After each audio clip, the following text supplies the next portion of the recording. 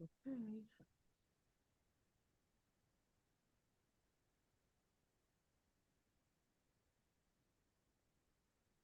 All right, so I believe that we are live on YouTube. So it's great to have you. Today, I am talking to Tobi Dare, who is a global health professional and has an amazing career in global health and public health, and she's going to tell you all about that. But she's also the developer of Health Whiz, a new card game designed to demystify public health terms for everyday people. Her goal is to empower individuals with the knowledge they need to make informed health decisions and take care of their well-being. So that is definitely a worthy mission. Tell us how you got there. Sure. So great to be here today, Elizabeth. Thanks for having me. Like you mentioned, my background is in international relations and public health. Having sort of that dual identity of being a Nigerian and American, I really have grown up seeing, how um, access to healthcare and how we both envision wellness, just difference between countries. So around the COVID period of 2020, after my MPH, I worked at the state and federal health levels with people as far as COVID response. And in those interactions, I noticed that there was a lot of confusion about, maybe what's isolation? How does that differ from quarantine? What is a booster? Do I need one? Who is Fauci? Why is he important? All very valid questions that not only everyday people had, but experts had at the time. Mm. So that was about that 2020, 2022 period. And then in 2022, I paired with a friend who also has a public health background to create Health Whiz. Also during that period, people were very into, having close knit family nights or game nights. So we thought, okay, Hmm. why not combine game nights and learning and fun as well. So that's kind of how Health Whiz came about. And hopefully I can share more about the details of what we're doing as the conversation goes on. Yeah. Yeah. So what's the response to the game been like? So far, it's been positive. People initially hear a card game and they're sold at that point.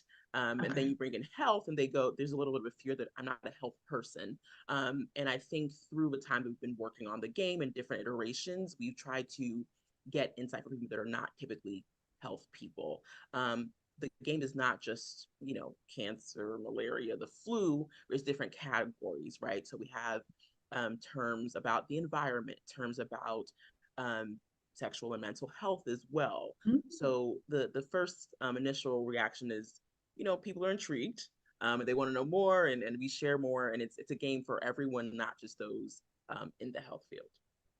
Awesome. Awesome. So your target is essentially families who are curious about health, want to, have a different type of game that's more informative, educational, Yeah. on a variety of topics. Now, where can people actually find this game? Where can they get it? Sure. So we are launching our pre-order site this month. We currently have our site up now, and it's just you can just put your email there and sign up for updates. It's healthwizgame.com. As for now, we're just doing direct-to-consumer sales, but hopefully in the Mhm. future we can sell in, maybe small shops as well. But right now, it's just going to be on our online site. Pre-order is going to be open this month. Oh, very cool. Very cool. Very cool. Yeah. Well, when you're ready to sell in person, there's a lot of places in DC, a lot of like Shop Made in DC, Femme Fatale, places that are intentionally designed to support women makers and creators to get their products out into the world. So hopefully, we can circle back on that and I can make some connections for you. So very cool.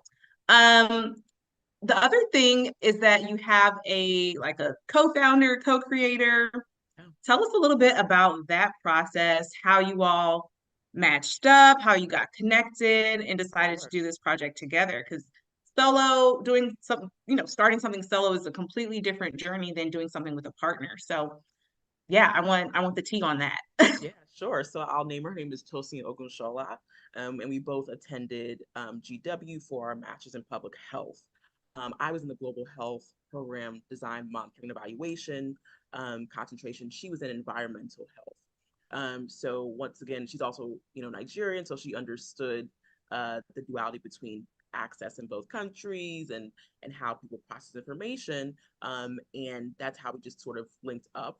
She also worked as a COVID-19 case investigator Oh, at wow. the state level as well. So we would have, we would talk after work and say, I was talking to this case about, how they should quarantine for 5 days, and they just had so many questions. There's a lot of vaccine skepticism as well. And we just shared how we sort of relayed that information to different people. Sometimes it was through translators, sometimes we use our own personal experiences to just encourage people. And I think a lot of the times public health can sometimes be politicized certain things, and it doesn't Oh, really have yeah. to be that way, right? Wellness, there's science, there's facts. It's just a matter of meeting people where they're at. We say that quite often, but it's true, right? Just communicating the benefits, also the risks. This is just like vaccine specifically, but public health wellness is more than vaccines. Mm-hmm. It's so much more. So we kind of aligned on that experience of communicating with people, reaching them where they're at. Yeah. Nice. So how's the Well, I'll say I'm asking this because a lot of folks that are watching or that might come across this are probably Black women, women of color entrepreneurs who are thinking about starting a business or a project that reaches, their communities that they care about. Yeah. And they might be making the decision between should I work with someone or do I do this on my own? Yeah. What resources and type of support do I need to see this from idea to Yeah. in reality to production implementation. Mm-hmm. So how has that been? What's it been like having a co-founder, a Yeah. partner? What are the benefits? And maybe not to get too into it, but if there are Yeah. any challenges, right, that have Mm-hmm. come from that, we just want to have that honest conversation about, Oh yeah. yeah, what it's like to start something with somebody else. Yeah. It's not easy. Um, I think it's one beneficial to have that friendship. I haven't done it with a stranger, but from a friendship perspective, I think we already come in respecting each other, but understanding that there are differences and there's strength in that, right? I could see, we were going through colors. I preferred one, she preferred another. We did some, we asked others. Ultimately, the focus is to keep, okay, what's best for our product? We have our own preferences. What are people saying is the best? It's been a long journey of learning as well. Neither of us have a legal background. So learning how to establish an LLC, research what's the best credit card, the best debit card, who should be sourced for our website or our social media. Like I know a person, well, so do I, right? So ultimately, like I think what has helped us is keeping the focus on the product and our target audience, but also knowing that we have a lot of learning to do. And though, my research may have shown that filing in Delaware is better than filing in Maryland, right? Just Mm-hmm. looking at the facts, and putting emotions aside, to do what's best for the product has helped us come this far. It's been 2 years and we're just now coming to market. But I wouldn't have it any other way, because there's been a lot of learning about, um, apart from the legal and the finances, but Mm-hmm. can I step away from myself for a bigger goal? It's been Yeah. definitely the learning piece. Yeah, that's a great point is keeping, and I think that's something that any you'll have to do regardless of whether, you're launching something solo or in partnership. It's Mhm. like I created this because I had an idea and a vision, but at the end of the day, it's meant to serve someone else. And Right. so what do those people need? What do my clients, customers, consumer, and my community, what do they need for this to be effective? So I love that note about, putting yourself and your preferences to the back a little bit Mhm. for the greater cause. And I also love this piece about the strengths that lie in different perspectives. Um, I think that's where richness comes from, and I'm pretty sure y'all are gonna have a really high quality, impactful product because again, if you're just doing it from your own perspective without anyone asking questions Mhm. or bringing their ideas, their lived experience, their perspective, Mhm. it could be one note. And we Yeah. always need, yeah, we need a variety, and we need someone to push us to do things We do. better, to do things differently, and again, meet the needs of who we're ultimately trying to serve. So thank you Yep. for sharing that. I really appreciate it. Well, that's Yeah. amazing. Um, so what do you see for yourself in the future, even beyond Health Whiz? Yeah, tell us what's the long-term goal for Health Whiz, Yeah. starting to sell online, you want to be in stores. Yeah. Where does this go and where does Toby go from here? Okay, thank you for this question. So as far as Health Whiz, goal is really to get it to market. Health and wellness is all around us. There's going to be constantly a need for people to be very aware of things that their practitioners are saying to them or what's in the news, right? So one is to, apart from just getting it direct to the consumer, I was at a sort of card game fair last year, and there was a game on wellness as well that was currently being used by like New York Health Department in different public schools. So, apart from it being a, fun tool, it's also an educating one. So I would love to see it, in schools as part of a curriculum. I think there's been a study that in the past couple of years since COVID, more people have taken on public health majors. So to see it in academic settings would also be great. People also asked about a possible like online version of it, which Mm, would be interesting too, right? Because the format of the games, there's two different cards. There's one that are more definition style, then there's more ones that are more maybe the goal word and then associated words that people guess. So people, I guess, let's say you see a card that has folic acid, right? And you want to know more. So we'd love to sort of have a digital piece to the card as well. If it eventually we could interact with words, um, you know, nice. so that's one part. As far as myself personally, as I mentioned before, I really love monitoring evaluation or MEL of global health programs. So looking in the future to do more of that. Just, I think there's a lot of money that's been given to health departments, both local, state, international, as well as national programs. And I think it's very important for us in this field to steward those funds well. What does that mean? It means when there's money put in for a RSV virus sort of communication program, right? Okay, it's been donated, it's being used. What is the impact? I'm really into impact. So just in the future, looking to look more into how funds are being used, what the impact is, and how we can sort of improve on programs, improve on distribution, improve on educating people, right? So I'm really excited about doing that more in the future. Yeah. Awesome. Awesome. That's so great. And since you brought in funding, I'm curious. So just so for anyone who's watching who does not know, Toby is and Health Whiz are recipient of the Tana Fund grant from 2023. And the Tana Fund is a giving circle grant model where we award micro grants to early stage Black women entrepreneurs and innovators with good ideas that they want to bring to market as a token, a show of appreciation, as a show, a vote of confidence for those entrepreneurs to keep going, to keep doing what they're doing. It can be very challenging. It's easy to get discouraged in the early days of building your business or project. And so the Tana Fund is meant to provide, again, that vote of confidence and that support that people need to get their idea off the ground. So Toby, you also gave to the Tana Fund recently. I'm curious, from being a recipient to now being a giver, a sustainer of the Tana Fund, what inspired you to do that? Sure. I remember when I was in October when I got the email about the notification. We were actually at a Aw. play testing session for Health Whiz. So we just, called a couple of people to actually test the game, get their real time feedback.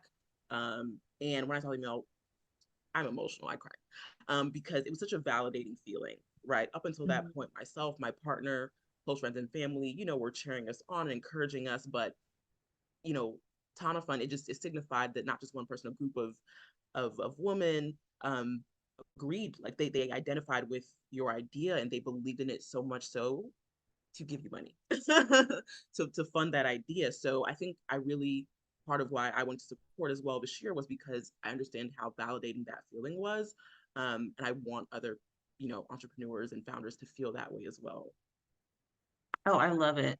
Thank you so much. And thank you for sharing that and thank you for your gift again.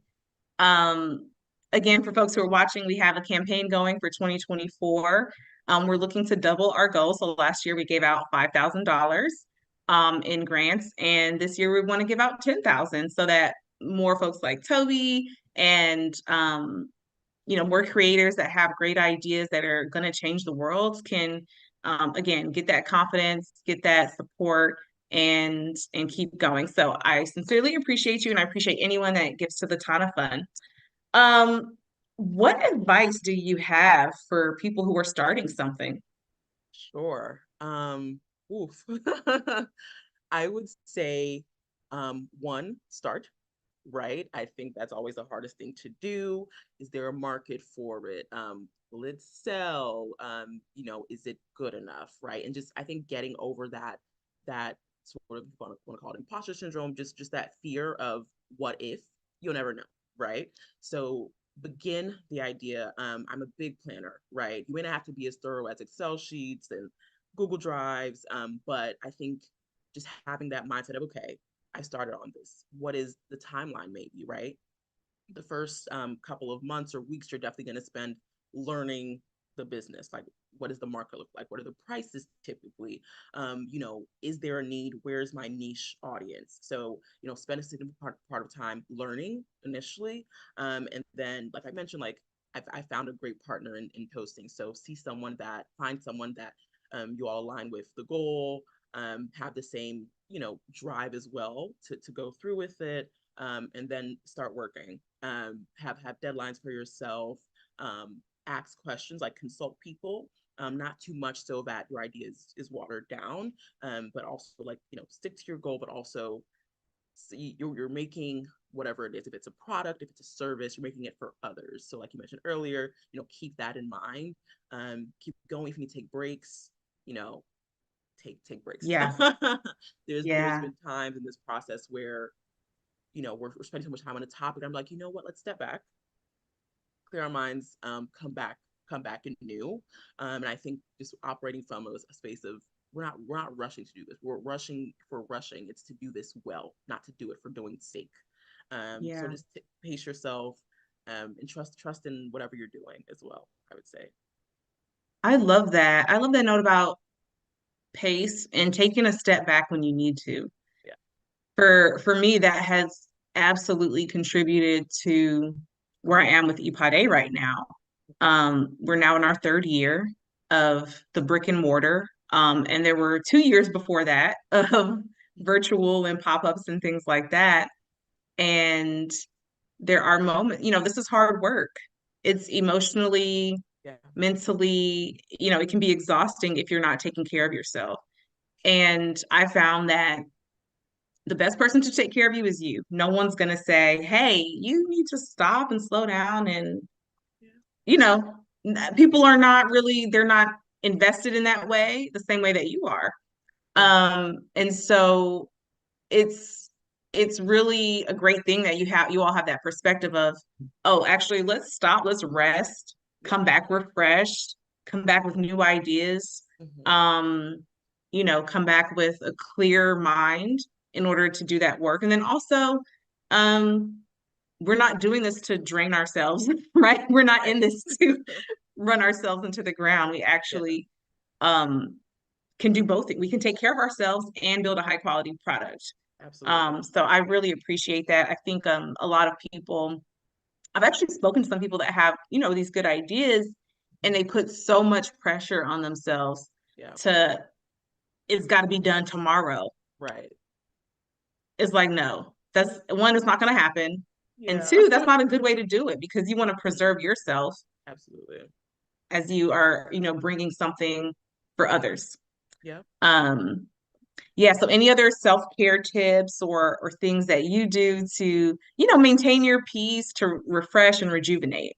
Yeah. One, listening to myself, in my body. For example, if I'm not getting sleep, it will show in maybe how quickly I react to somebody, or it'll show in a breakout or something. So Right. just, acknowledging, okay, I might be, doing too much. And I will take self-care days at work. I will not cook lunch and I will buy lunch. I Right. will call off a meeting and move it till another day. So just being very just self-assured and okay, what I'm feeling is valid and I can move things around, to fit how I'm feeling and still get work done. The world will not end. So having Right. that mindset is good. Yeah, everything will it'll still be there. It'll still be there after your nap. I'm a fan of naps these days. Definitely, yeah. I'm like, look, I'm like, there's a problem. It needs to be solved, but guess what? In another 2 hours, it'll still It'll be still be there. there. Absolutely. Yep. Yep. Yeah, well, Okay. Well, thank you so much for chatting. no Any problem. last words of advice or also information on how people can support you, Yeah, how they can, buy the cards and any other things you want to share? sure. I'm gonna show the game actually. I have it with me, our demo. Okay.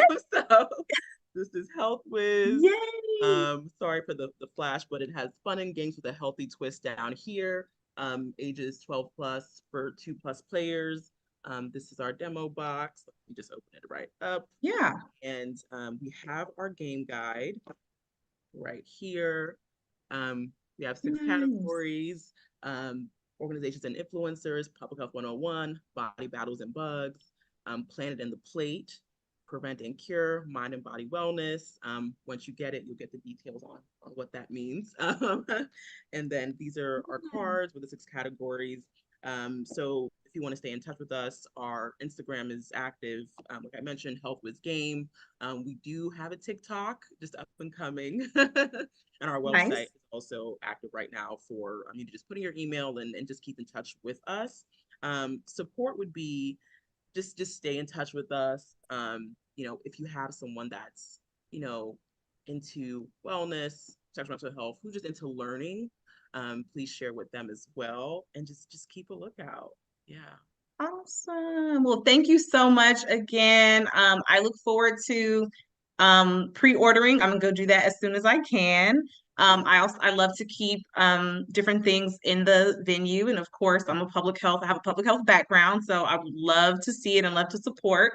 And I will see you again on the internet. Thank you so much for Thank you, doing this, Elizabeth. and I look forward to playing with Health Wiz. Thank you so much. Thanks for having me. Thank you, Ikwade. Yes, thank you. All right, Yes. take care.